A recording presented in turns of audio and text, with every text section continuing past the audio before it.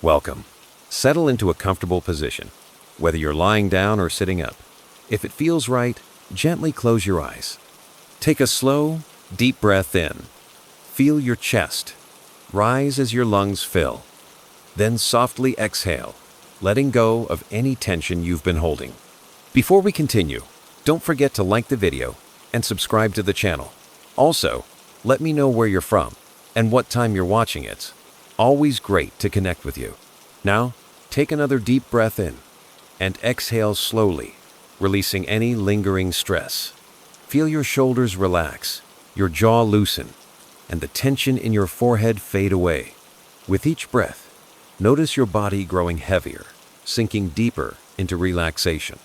Let your mind drift freely, like a leaf floating on a calm, steady stream, carried effortlessly. Simply listen to the sound of my voice and allow yourself to be gently guided.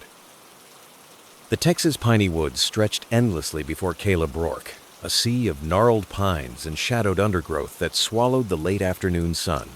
He adjusted the straps of his backpack, the weight of his camping gear digging into his shoulders. At 32, Caleb was no stranger to the outdoors, born and raised in Lufkin.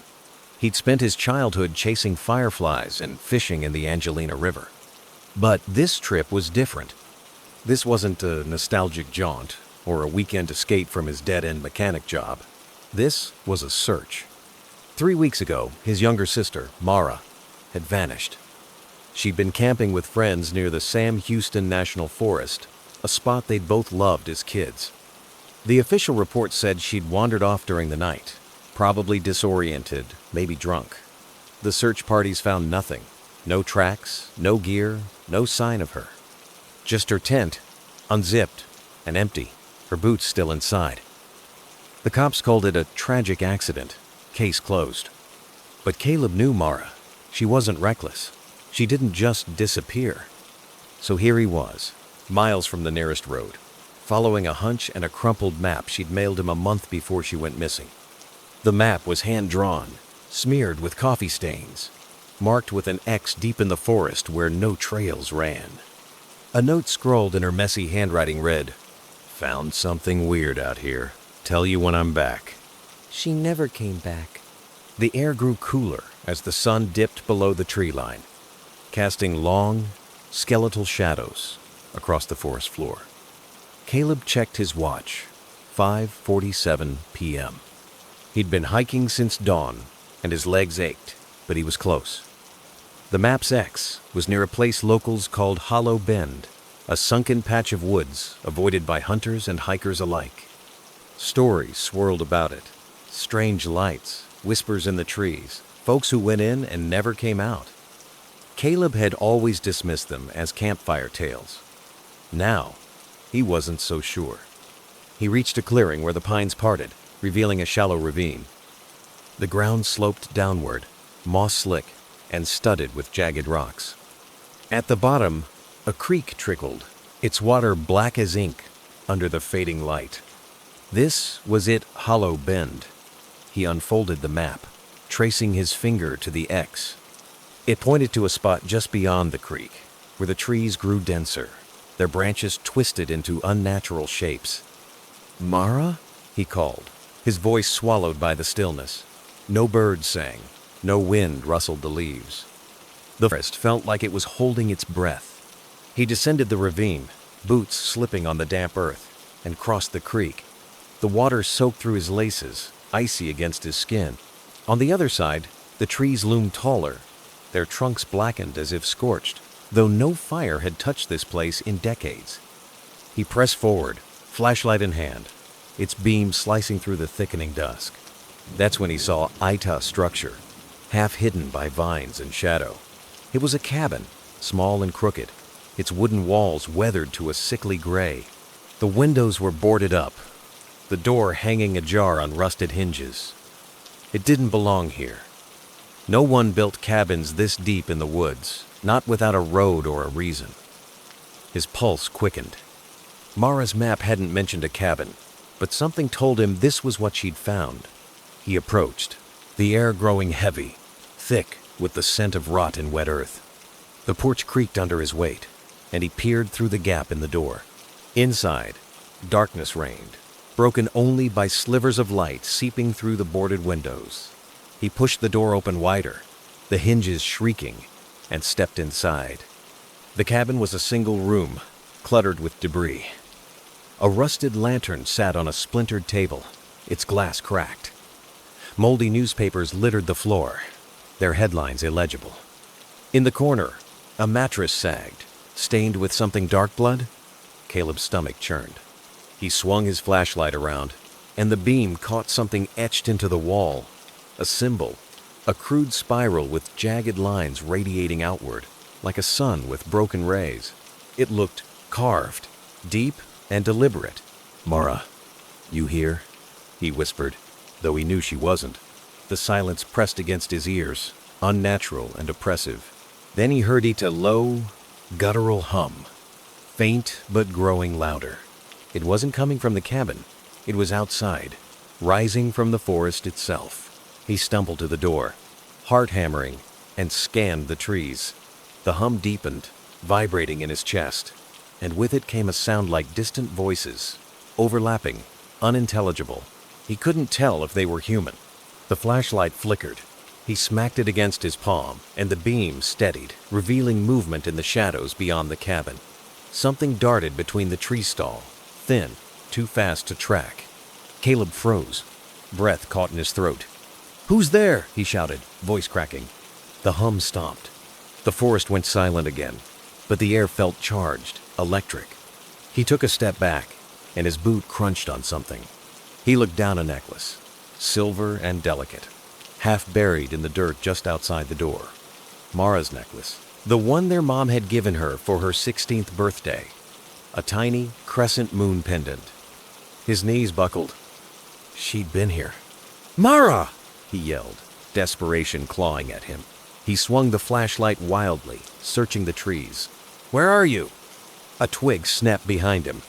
He spun around, and for a split second, he saw it something standing at the edge of the clearing. It was tall, impossibly thin, its limbs bent at wrong angles. Its head tilted, featureless in the dark, but he felt its gaze, heavy and unblinking. The flashlight flickered again, and when the beam steadied, it was gone. Panic surged.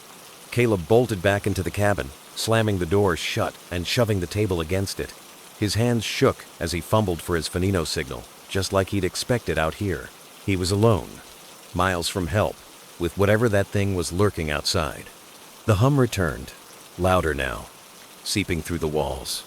The boards over the windows rattled, as if something pressed against them. Caleb backed into the corner, clutching Mara's necklace, his mind racing. What had she found out here? What had taken her? Hours, pastor, maybe minutes. Time blurred in the suffocating dark. The hum faded, replaced by a new sound, scratching, slow and deliberate, along the cabin's exterior. It circled, testing the walls, the door, the windows. Caleb's flashlight died, plunging him into blackness. He held his breath, listening as the scratching stopped directly outside the door. Then, a voice, soft, rasping, barely audible. "Ah, Lib." He jolted, dropping the necklace. It wasn't Mara's voice. It wasn't human. The door creaked, the table shifting an inch. He grabbed a shard of broken wood from the floor, gripping it like a weapon, though he knew it was useless. The voice came again, closer, through the gap in the door. "Tsa, Lib. She says here." The table slid another inch. Something long and pale slipped through the crack of a finger, or a claw, skeletal and glistening. Caleb screamed, lunging forward to shove the table back, but the door buckled, splintering inward. The last thing he saw before the darkness swallowed him was a shape, tall and twisted, filling the doorway, its eyes glowing faintly like dying embers. Caleb didn't know how long he'd been unconscious. When he came to, the cabin was silent, the air thick with dust and the metallic tang of fear. His head throbbed, a dull pulse behind his eyes, and his hands were sticky blood, he realized, smeared across his palms. He scrambled to his feet, heart pounding, and pressed himself against the wall, eyes darting to the door. It hung limp on its hinges. The table he'd used as a barricade, shoved aside like it weighed nothing. Whatever had been outside was gone. Or so he hoped. The darkness was absolute. His flashlight lay dead on the floor, its casing cracked. He fumbled in his backpack for his spare batteries, hands trembling as he swapped them out. The beam flared to life, weak but steady, illuminating the chaos of the cabin. The symbol on the wall, the spiral with jagged rays, seemed to stare back at him, its edges glistening as if freshly carved. Mara's necklace glinted in the dirt where he'd dropped it. He snatched it up, clutching it like a lifeline. She's here, the voice had said. Not Mara's voice, something else's, something that knew his name. He forced himself to breathe, to think. He couldn't stay here. Whatever had attacked him might come back, and he wasn't waiting to find out what it wanted. But leaving meant going back into the Forestinto Hollow Bend, where that thing had been watching him. His stomach twisted. Mara was out there somewhere. He couldn't abandon her, not now.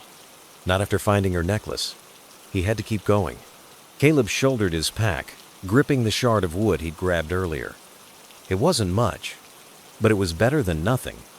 He stepped onto the porch, the night air cold and damp against his skin. The forest was still, too still, the kind of quiet that made every rustle feel like a threat. His flashlight swept the trees, catching glints of moisture on the pine needles, but no movement, no glowing eyes. He took a tentative step forward, then another, heading toward the creek. If he could retrace his path, maybe he could make it back to his truck by morning. The hum started again. It was faint at first, a low vibration he felt more than heard, rising from the ground beneath his boots. He froze, listening as it grew, threading through the trees like a chorus of unseen voices. His flashlight flickered, the beam dimming. Not now, he muttered, smacking it against his thigh.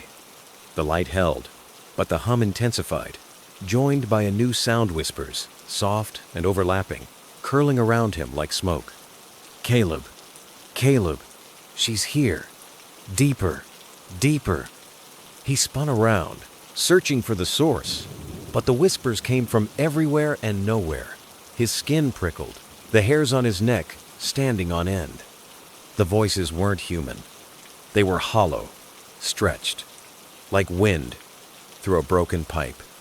He stumbled backward, nearly tripping over a root, and bolted toward the creek. The whispers followed, weaving through the trees, growing louder, insistent. Deeper, deeper. He splashed through the creek, the icy water soaking his jeans, and clambered up the ravine on the other side. The whispers faded as he reached the clearing, replaced by the hum, now a steady drone that pulsed in his skull. He didn't stop to catch his breath. He ran, flashlight bouncing, until the cabin was out of sight and the trees thinned slightly. Only then did he slow, chest heaving, and check his bearings. The map was still in his pocket, crumpled but intact. He unfolded it under the flashlight, tracing the X. He'd been there. The cabin had to be what Mara marked. But where was she? A twig snapped to his left. He jerked the light toward it, catching a glimpse of something pale darting behind a tree. His throat tightened. It was backer. Maybe it had never left. He gripped the wood shard tighter, backing away, when his foot sank into something soft. He looked down and gagged a deer, or what was left of it, sprawled across the forest floor. Its rib cage was split open, guts spilling out, but the wounds weren't from a predator. They were precise, almost surgical. The flesh peeled back in neat flaps. Flies buzzed lazily over the carcass, though it couldn't have been dead long. The hum spiked, a sudden jolt that made his teeth ache. He staggered, dropping the map, and the whispers returned, sharper now, cutting through the air. She saw. She knew. Deeper, deeper. "Mara!" he shouted, voice raw. "Where are you? What's happening?" The forest answered with silence. Then a sound like laughter low, guttural, echoing from the shadows. His flashlight flickered again, and this time it died completely. He cursed, shaking it, but it was no use. Darkness closed in, thick and suffocating, broken only by the faint glow of moonlight filtering through the canopy. He knelt to grab the map, fingers brushing something cold and slick beside it. He recollated a strip of fabric, torn and stained with blood.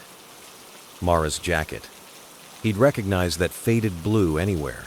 The laughter came again, closer, joined by the sound of footsteps low, deliberate, crunching through the undergrowth. Caleb bolted, clutching the fabric, the map forgotten. He didn't care where he was going, just away from that sound, away from whatever was stalking him. Branches clawed at his face, roots snagged his boots, but he kept running until his lungs burned and his legs gave out. He collapsed against a tree, gasping, and risked a look back. Nothing. No footsteps, no laughter, just the hum, faint now, lingering like a bad dream. He slid to the ground, clutching Mara's jacket scrap, and noticed something tucked into the seam-folded piece of paper, damp but intact. His hands shook as he opened it. It was a page torn from a notebook, covered in Mara's handwriting, frantic and uneven. Caleb, don't come looking. It's not safe. Hollow Bend isn't empty. They're awake. They see everything. I found the pit. It's under the cabin. Don't... The note cut off mid-sentence. The ink smeared as if she'd been interrupted. Caleb's blood ran cold. A pit? Under the cabin? He thought of the symbol on the wall, the whispers, the thing that had called his name. What had Mara stumbled into? The hum surged again, and with it, a shadow loomed at the edge of his vision, tall, thin, its limbs twisting unnaturally. He scrambled to his feet, but it didn't move. It just stood there, watching, its head tilted as if curious. The whispers returned. A single word repeated over and over. Deeper. Caleb ran again, the shadow fading behind him. But the words stayed, burrowing into his mind. He didn't know where he was anymore. Didn't care. The forest stretched on, endless and alive, pulling him back toward Hollow Bend, toward the cabin, toward whatever waited beneath it. Caleb's legs burned as he stumbled through the forest. The hum, a constant drone in his ears. The whispers, a relentless chant. Deeper, deeper. The scrap of Mara's jacket was clenched in his fist, her blood-streaked note searing into his memory. The pit. It's under the cabin. Whatever she'd found in Hollow Bend had taken her, and now it was pulling him in too. He didn't know if he was running toward her or away from the thing that stalked him, but he couldn't stop. The forest wouldn't let him. The trees blurred past, their twisted branches clawing at the sky, until the cabin loomed ahead once more. Its crooked silhouette stood stark against the moonlit night, a black wound in the heart of the woods. Caleb's breath hitched. He hadn't meant to circle back. He'd been running blind, desperate to escape, but Hollow Bend had its own gravity, dragging him to its center. The hum pulsed stronger here, vibrating through the ground, and the whispers grew clearer, forming fractured sentences. She saw. She knew. You will too. He staggered onto the porch, the boards groaning under his weight. The door still hung ajar, splintered from the earlier attack. Inside, the air was colder, heavier, as if the cabin itself were breathing. His flashlight was useless, its batteries long dead, but the faint glow of moonlight seeped through the cracked boards, casting jagged shadows across the room. The spiral symbol on the wall seemed to writhe in the dim light, its lines deeper, wetter, like it was bleeding into the wood. Caleb's eyes locked on the floor. Mara's note had said the pit was under the cabin. He dropped to his knees, running his hands over the dirt-streaked planks, searching for a trapdoor, a seam, anything. His fingers brushed a loose board near the mattress, and he pried at it, splinters biting into his skin. It gave way with a groan, revealing a square of blackness beneath a hatch, barely wide enough for a person to squeeze through. The hum poured from it, thick and alive, carrying a stench of damp earth and decay. He hesitated, Mara's warning echoing in his mind. "Don't come looking! They're awake!" But he was too far gone to turn back. If she was down there, he had to find her. He clutched the wood shard he'd been carrying, took a shaky breath, and lowered himself into the pit. The drop was shallow, no more than 6 feet, but the darkness swallowed him whole. His boots hit soft ground, sinking slightly, and the air turned frigid, clinging to his skin like wet cloth. He fumbled in his pocket for his lighter, flicking it on. The flame sputtered, casting a weak circle of light that barely pierced the gloom. He stood in a tunnel, its walls, rough-hewn dirt, reinforced with rotting timbers. Roots dangled from the ceiling, pale and twitching like veins. The hum was deafening now, rattling his teeth, and the whispers swirled around him, no longer distant, but close, intimate. "Caleb, she's here. See, see." He pressed forward, the tunnel sloping downward, narrowing until he had to duck. The lighter's flame danced, threatening to die, but he shielded it with his hand. The walls glistened with moisture, streaked with the same spiral symbol scratched into the dirt, dozens of them, overlapping, chaotic. His chest tightened. This wasn't natural. This wasn't human. The tunnel opened into a chamber, vast and cavernous, the ceiling lost in shadow. The lighter's glow barely reached the walls, but it caught glints of something metallic scattered across the floor-rusted tools, broken lanterns, scraps of clothing, and bones. Human bones, piled in the corners, yellowed and cracked. Caleb's stomach lurched. How many people had come here? How many had never left? In the center of the chamber, the ground dipped into a wide, shallow pit. The hum emanated from it, a physical force that pushed against him, and the whispers rose to a fevered pitch. He edged closer, the lighter trembling in his grip, and peered over the rim. The pit was lined with more spirals, carved into the stone, spiraling downward to a black void at its heart. Something moved in that darkness slow, deliberate, uncoiling. "Caleb?" He jolted, nearly dropping the lighter. The voice came from behind him, Mara's voice, soft and broken. He spun around, and there she was, standing at the chamber's edge, her face pale and streaked with dirt. Her clothes were torn, her eyes wide and glassy, but she was alive. Relief flooded him, choking out a sob. "Mara, oh God, you're okay!" He started toward her, but she raised a hand, stopping him. "Don't!" she rasped. "You shouldn't be here. I told you not to come." "I had to," he said, voice cracking. "What is this place? What's down there?" She didn't answer. Her gaze flickered to the pit, then back to him, and something in her expression shifted fear, yes, but also resignation. "They woke up," she whispered. "I found the cabin, the pit. I heard them. They've been here forever, waiting. They see everything." "Who?" he demanded, stepping closer despite her warning. "What are they?" Her lips trembled. "The Hollow Ones. They're old. Older than us, than the forest. They take what they want. They took me." "You're right here," he said, desperation creeping in. "Come with me. We're getting out." She shook her head, tears spilling down her cheeks. I'm not me anymore. They keep you, Caleb. They wear you. Look." She lifted her shirt, revealing her stomach pale, sunken, and carved with the spiral symbol, the lines raw and weeping. Caleb recoiled, bile rising in his throat. "Mara, no!" The hum surged, drowning his words, and the thing in the pit rose. It was massive, a tangle of limbs and shadows, its form shifting, unstable. Eyes glowed within it, dozens of them, ember-like and unblinking.